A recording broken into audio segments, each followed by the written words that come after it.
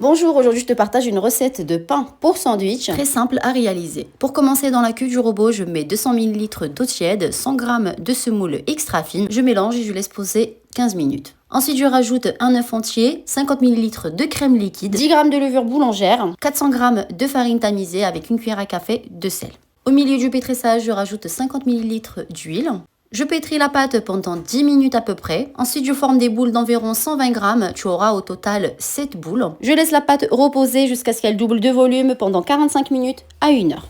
Ensuite, je commence le façonnage des baguettes. J'étale la pâte sur le plan de travail. Je commence à l'enrouler tout en ajustant les contours pour avoir de jolies baguettes qui ne s'ouvrent pas à la cuisson.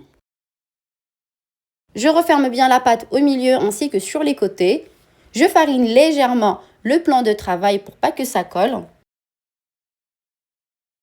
Comme tu vois ici, la petite ouverture, je la mets vers le bas et je dépose les baguettes sur un plateau allant au four. Avec une nouvelle lame, je fais des entailles sur le dessus de la baguette et je laisse reposer et lever encore une fois pendant 30 minutes à peu près.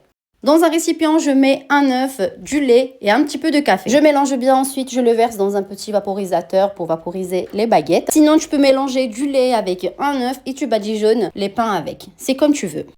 Ce petit mélange permet d'avoir une jolie couleur dorée sur les baguettes. Je saupoudre les pains avec des graines de sésame, des graines de nigel ou sinon avec des flocons d'avoine. Sinon, tu peux les laisser comme ça, t'en mets rien.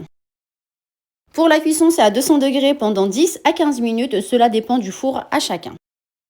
À la fin, tu obtiens de jolies baguettes, croustillantes par-dessus et moelleuses de l'intérieur. Moi, j'ai fait avec des sandwichs au poulet mariné. Je te montrerai la suite plus tard. N'oublie pas de t'abonner. À bientôt pour de nouvelles recettes.